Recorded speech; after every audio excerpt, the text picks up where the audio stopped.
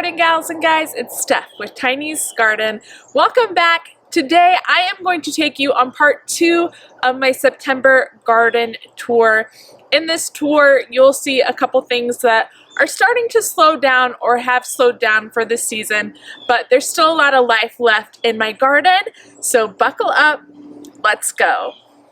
Full disclosure, I'm editing this video and just realized I have chocolate all over the side of my face as I decided to eat a chocolate chip cookie right before filming, and I didn't check the mirror because I don't check the mirror before filming. But I just wanted to apologize for that slight distraction, and I'm gonna leave it in because I'm not refilming this whole video and we're all human.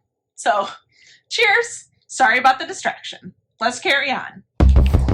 Now, if you haven't seen part 1 of my September garden tour where I covered dahlias, Xenias, and Lizzie Anthis, I will link that down below because these are my superstars in my garden right now. Those 3 cut flowers have been fabulous. I'll insert a couple clips of them now, but it's worth watching if you haven't seen it because I'm so pleased with how those cut flowers have done for me this season. For your reference, I am in Zone 5B in the Chicago suburbs, and I'm an avid hobby cut flower gardener, home gardener. The first thing I'm going to show you is something a few of you have been asking about. It is my dahlias that I planted in July, which is technically pretty late in the season to plant dahlias. However, I do have some pretty substantial growth. I have also pinched all of these, and I'm going to give you an up-close look at what that does to the plant because you can vividly see how it makes a difference on these. So this plant is a great example right here. When it was about this tall, I came in and I pinched the only solo stalk that was right here. So I cut it right here, and what happens is 2 stalks come out from the side of this and grow on more branches. So thus, I will get more blooms from this single plant. Now, because I did pinch it, it delays bloom time a little bit, but when it does bloom, I will have more blooms. That is why I pinch and what pinching looked like. These are my 2 tallest plants here, and actually this has 2 stalks from the very beginning, so I pinched this one right up here and it's got 2 stalks. But this one just grew from 2 eyes right out of the tuber, and it's doing really well. This one is Temptus from Five Fork Farm, but I'm really happy with all of the greenery and how healthy they look. On this one over here, it is also pretty big size, and I don't want to break these stems, but if you can see this one all the way right down here where my finger is where I pinched it, and it's already put on this much growth. So I think this one and this one right behind it are likely to have a bloom yet this season. There's no discoloration on the leaves. I think watering and soil has been spectacular this year. So a couple of you may be wondering, why did you plant these in July? Well, first off, my spring we had our first miscarriage, and it was a really difficult time, and I took some time off of the garden. So I didn't get the tubers out in the garden as fast as I did the first round. So when I came back, I wanted to use the tubers because they're going to do better in the ground than if I kept them inside, because I'd have to figure out how to store them twice as long as if they were in the ground and then taken inside and stored. So that's the first reason. The second reason is because I get a lot of feedback from it. These leaves look fantastic. So I know the type of watering I've been doing is good. I know the type of soil mixture that I have in my bed is good. That's great feedback for me to know for next year. I can look back on last year, and this bed already does not look like last year. It looks better, even though it was planted in July. This is last September's dahlia bed, and even though there's some blooms, it's not as full, the greenery's not as healthy. And these were planted in May. I had less growth, less healthy foliage, as in there was discoloring or yellow on the leaves. So overall, I'm learning something by seeing these plants grow, even if they don't come to a full bloom, which I don't expect all of these to. Some of these are not going to make it to a bloom.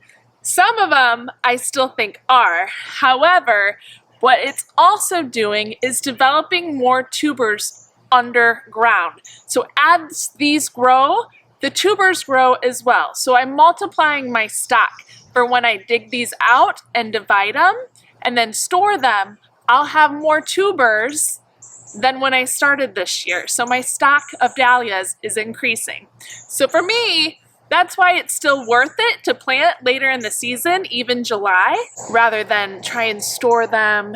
And your girl is not a great dahlia storer yet.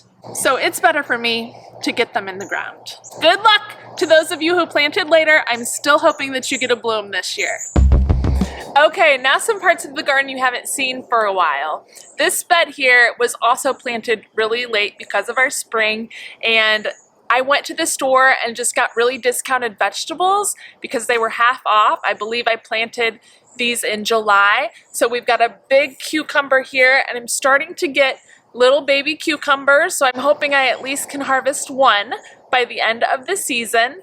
And also I've got some cherry tomatoes over here and a beefsteak tomato and then a medium-sized tomato, and we've been harvesting off these like crazy, and my son loves them. So these have been really fun to grow. Even though I put them in halfway through the season, they still did something for me, and I think the plants were maybe $3 each. So it was definitely worth it to throw them in here and get a little bounty out of them. Then these right here are from leftover seedlings I grew. So in the spring, when I took some time off, a lot of my seedlings I didn't really take care of, and they fizzled away quite a bit. But then when I came back, I wanted to try and salvage a few of them. I'll wait on the airplane. I wanted to salvage a few of them. So I made sure to put some Strawflower in, which was the apricot mix and raspberry something. I'll put the name on the screen because I forget the full name. But I'm so glad I did because they're starting to bloom now, and I'm loving what I'm seeing. I think it could be my favorite Strawflower. Let me bring you up close. Here is what one looks like. You can see it's more white, but it's more of a cream, I would say. And then this, I think, is from the raspberry mix. And I just love that color. It really is a raspberry type of color, and it almost borders on mauve. But this stage right here is the perfect time to harvest it if I were using it in a cut flower bouquet. And I can see how that color would be just marvelous. And if you've never grown Strawflower before, it's got a texture that it will dry just like it is right now. So it's a great drying flower as well. And here is one more, and I think this must be from the raspberry mix too, because it has the slightest tint of a raspberry in this coloring, almost like a shimmery whitish cream with a tinge of raspberry. It's so, so pretty. I hope this comes out on video in its true coloring because it is spectacular. This one is also at the perfect stage for harvesting. And then we have this bed, which has also been spectacular. This is Mahogany Red Splendor Hibiscus, and it is a voracious grower once it gets going. This was also planted really late. I had 3 little seedlings I threw in there because I knew they would grow and get big pretty rapidly, and sure enough, they did not disappoint. If you've never seen Mahogany Red Splendor Hibiscus before, it is a beautiful deep burgundy color, and it gets fairly big. The leaves are the size of my palms. However, it is fantastic for a foliage filler plant in bouquets because it's got this deep dark burgundy slash purple color, and it's fabulous in fall bouquets. I mean, look at my fall flannel with these. fabulous. So believe it or not, this is one of the cell trays I started them in and one of the cell trays that got neglected in the spring. But look at these. I have hardly touched these. I've watered them a little bit. And I mean, even for a plant that has stayed in its cell tray, that's tremendous growth right there. Out of neglect. What does that tell you? It is not difficult to grow and it can withstand some neglect. If this isn't on your list for cut flowers, it should be, because it's just tremendous. Even one seedling will go a long way. Now, one thing to know about this plant is it is a weeper, which means if I cut it and I put it in a cut flower bouquet right away, it will weep or its leaves will droop. However, if I cut it and leave it in water overnight, and especially if I use Quick Dip, which is a liquid that you would just cut the stem, dip it in Quick Dip for a second, and it'll flush back to life with happy leaves or lively leaves. So you do have to do a little bit extra with this because you don't want weepy foliage in your bouquet, but it is so worth it. It's not difficult to use. It's a quick dip in that liquid or set it and let it rehydrate all night in water, and you've got beautiful, beautiful foliage to add such unique interest to your bouquets. Another thing with Mahogany Splendor Hibiscus, you can grow it in containers. I planted this one at the appropriate time just after our last frost, and it is in a container, and if you can see, it is through this arbor, and that's probably 7.5 feet tall up there, and lots of branching. So it is easy to grow in a container. It is here because I haven't moved it since the spring. A little neglect on my part, but it's growing. She looks good. And I think I put how many did I put in there? Just two plants in there. And it's got all of this from 2 little seedlings.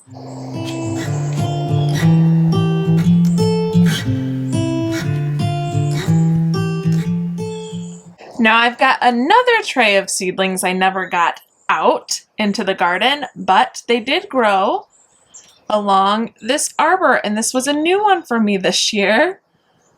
And I'll give you an up-close look, but it is love in a puff. So let's move these for a second so you can actually see.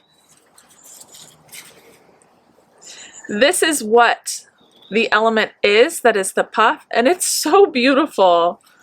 Again, neglected, never even got them out into a bigger garden bed or anything, growing from its cell tray, and it does vine, so if it does this well, being neglected, I can only imagine how if it had room to really spread its roots, it would just take off. So I will grow this again next year, but it's beautiful. You could also use this in bouquets, cut it and let this drape over the side.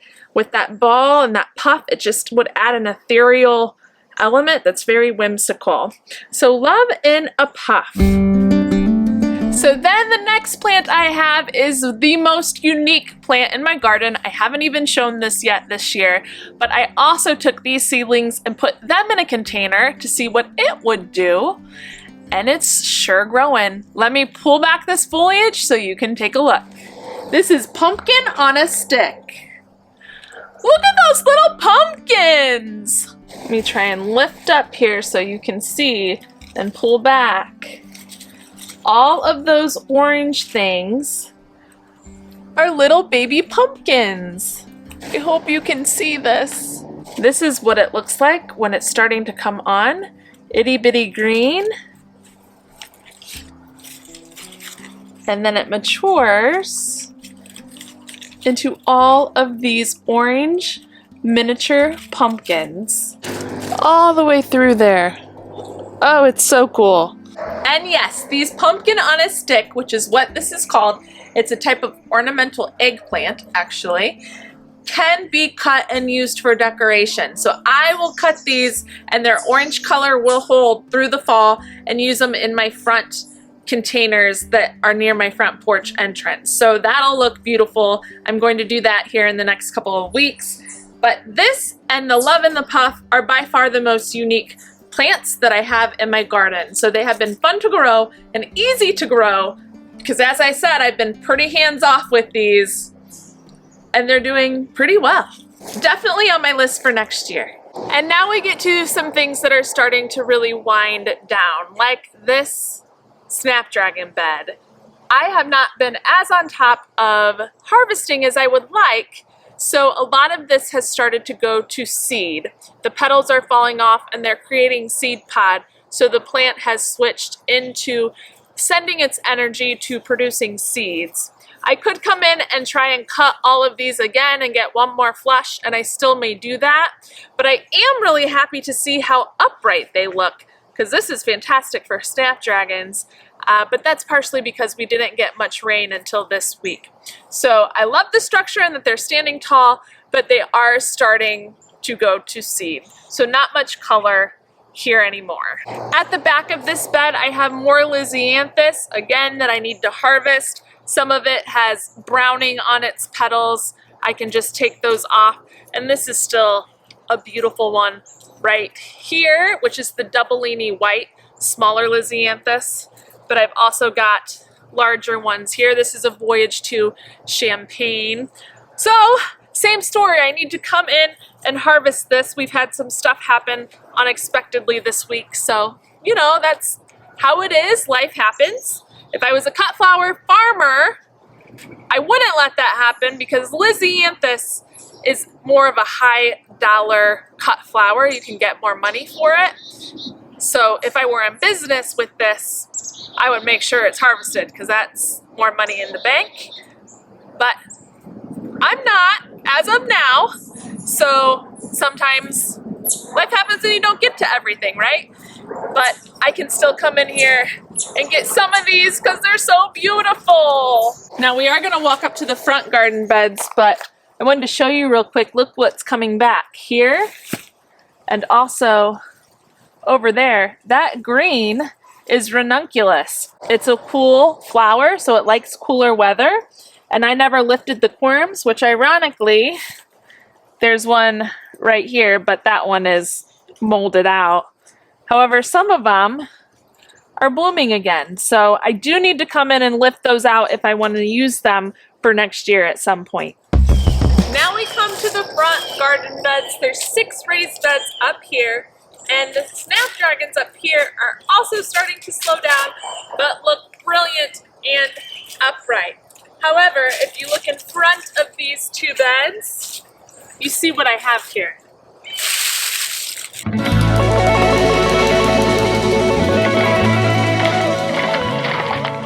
Our leaves are starting to drop. September slowdown is setting in. A lot of these beds are looking pretty tired, but there's some things that are flushing back, and I'll get another flush up, which is exciting. So while fall is definitely creeping in here, I still have a little bit of life up here to show you. As I said, a lot of these are starting to produce seed. I've also had more insect pressure up here. You can see on some of these blooms on these Snapdragons than the ones in the back. But Snapdragon season is definitely slowing down. Now, a way I can eliminate this from happening where it's going to seed sooner is, like I said before, harvesting sooner and staying on top of harvesting. So when those first couple blossoms open at the bottom of the Snapdragon, when those blooms are open, come in and cut. Then the rest of them will open up as it's in the bouquet. And that way insects will also have a more difficult time getting to it before I get to it. So try and stay on top of your harvesting, but overall I am happy with how these did this year, especially this upright growth habit. I just wish I was able to harvest a little earlier and less insect pressure. I also do not spray anything. I haven't sprayed anything this year on any cut flowers. So the only thing I've done is put Japanese beetles into soapy water. But otherwise, I've had a pretty good season as far as not a ton of insect problems. But now I'm starting to see it just a little bit, but I'll take it. That's good for the season. So actually this Snapdragon right here is looking quite beautiful. No insect damage. Oh, just a tiny bit right there. spoke too soon.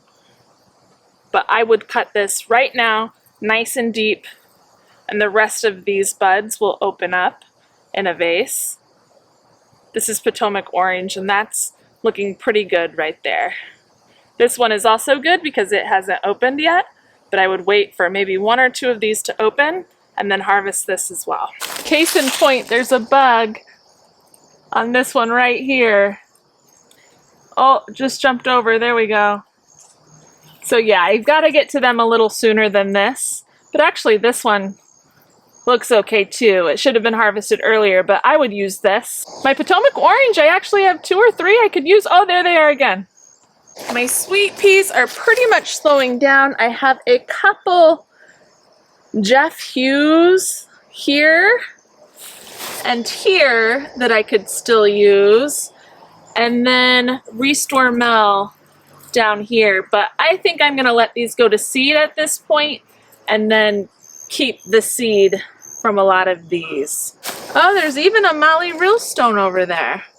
That also looks nice and pretty. Chimney Rudbeckia right in here is looking great. This is a new flush. I cut a lot of it back just recently, but I'll use this again. It was actually one of my favorites in the garden this year, and that was a new one for me. Really productive, really easy to grow. Another one that is on its second flush is Feverfew. I just cut this back a few weeks ago. The blooms that were on there were really black and almost moldy looking because I hadn't harvested, but I came back in, cut all of it back, and now I've got a second flush of really beautiful Vegmo Snowball Feverfew that I'll be able to use as a filler in some bouquets. So I'm happy to see that.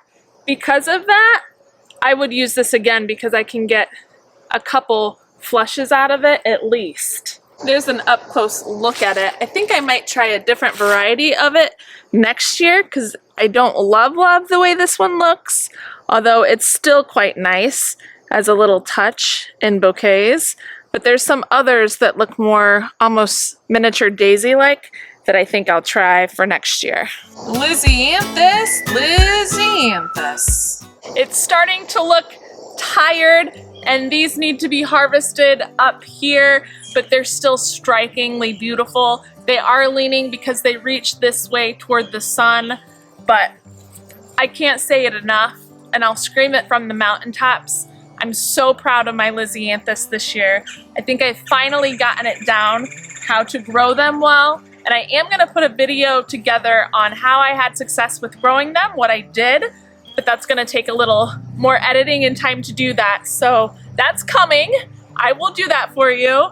However, right now I need to get out and harvest all of these so I can still enjoy some of their blooms. But just absolutely fantastic with Lizzie Anthis this year. I think this will be the last flush I'll probably get out of them, although some do have new foliage on them where I have harvested before. Let me show you what that looks like. Okay, on these two here, these have been harvested more recently, so it was cut here on each stem, and now you can see this is fresh growth that's growing on the right and the left of where I cut. Those will actually grow into stems that I can use and harvest from if I have enough time left in the season. Let me show you further along with this. So here is another example, but further along. So this is all new fresh growth, and these two right in here, all new fresh growth. So that's what happens when you harvest, is you can still get more out of the single plant. Now, do I think I'll get another flush of them this year? I don't necessarily think so. Maybe the ones that are further along, but if I had to bet money on it, I'm not sure I have enough time left in the season. Our first frost usually comes sometime in October, right around a month from now. So I'm not sure I will this year, maybe in the back, but fingers crossed because I love it. Either way, I'm happy to see that I'm getting more flushes after cutting because I can know next year if I want to try and get a second flush, hopefully harvesting just a little sooner. As soon as I see that first bloom open up on the Lizzie Anthis stalk, I could go in and harvest it. I have heard some people cut off the first bloom of the Lizzie Anthis, but I don't necessarily do that. So if you do that, comment below and let me know why, because I don't exactly know the reasoning behind it. If I had to guess, I would say it's to send more energy to the plant and the root to produce these blooms to open up the other blooms, but I'm not sure on that. So comment below and let me know. And then the last bed I have over here is my Xenia bed that's in the front, and it is starting to slow down. Again, I haven't been able to harvest as much as I would like off this one, but I still have some that are perfect for harvesting, so I will come in here and still use these. However, some of them are a little more gone, and so I need to come in and deadhead those. This one, which is a Benary's Giant Lime, and this one, which is actually I want to say that's Oklahoma Scarlet, are quite perfect for harvest. So I'm still getting some that I can definitely use in here. However, something like these Benary's Giant Scarlet, especially this one, are too far gone. This one has definitely started going to seed, so I could collect seed if I wanted to from these, but I would for sure not use these in a bouquet. Too far gone. Some Benary's Giant Salmon up in here, still looking quite magnificent. That one's a little too far gone. But again, if I come in and deadhead these, I should get one more flush out of these zinnias. They grow very fast. And ironically, this one that is almost growing out of the yard, it's growing laterally from the bed, is the best looking one. So these zinnias, they can grow, my friends, in any way, shape, form. My cosmos back here, dead. And honestly, I have harvested very little off of them because I was underwhelmed with apricot and strawberry lemonade, I believe were the two. That's how much I didn't love them. I don't remember their names very well at all. But I will not do those varieties again. I was just underwhelmed, and for the little space that I have, I want something I love, like the Double Click Snow Puff I loved. Cupcakes Blush was great. There's several others I grew a couple years ago that I would rather have than these. So kind of a bummer year for Cosmos, but a learning process. So as you can see, I've reached the point in the season where some things are starting to slow down for sure, and I'm okay with that because some things are still really robust, and I'm gonna have several bouquets that I can make from this point until our first frost. So we're not done yet, folks, with the season. We're not done yet. Now there's lots of new subscribers here, so thank you for subscribing, and if you haven't, please go ahead and introduce yourself a little bit to me in the comments. Let me know if you're a flower farmer or a hobby gardener, home gardener, how your garden's doing at this point in the season, what's slowing down, what's still really turning out the blooms. I love to hear all of that, what zone you're in. It lets me gauge what my audience is, and I just enjoy meeting all of you. So please comment below. If you enjoyed this video, please hit the like button. It really helps my channel. And if you haven't yet but been enjoying my content, please subscribe to my channel to follow along with all things garden. I would love to have you here. So lots more coming, a lot of preparation to be done for tulip bulbs that I'll need to plant this fall. And I need to tell you which ones I've ordered. Did I order any? I think I ordered a couple. To be honest, I should have ordered them probably 2 or 3 months ago, but I'm a little late. Either way, I'll be keeping you updated on what I'm ordering, where I'm planting it, because I will flip some of these beds to have bulbs in them to grow for the spring. So stay tuned, lots coming up. We'll see you in the next one, everybody. Happy planting. Bye.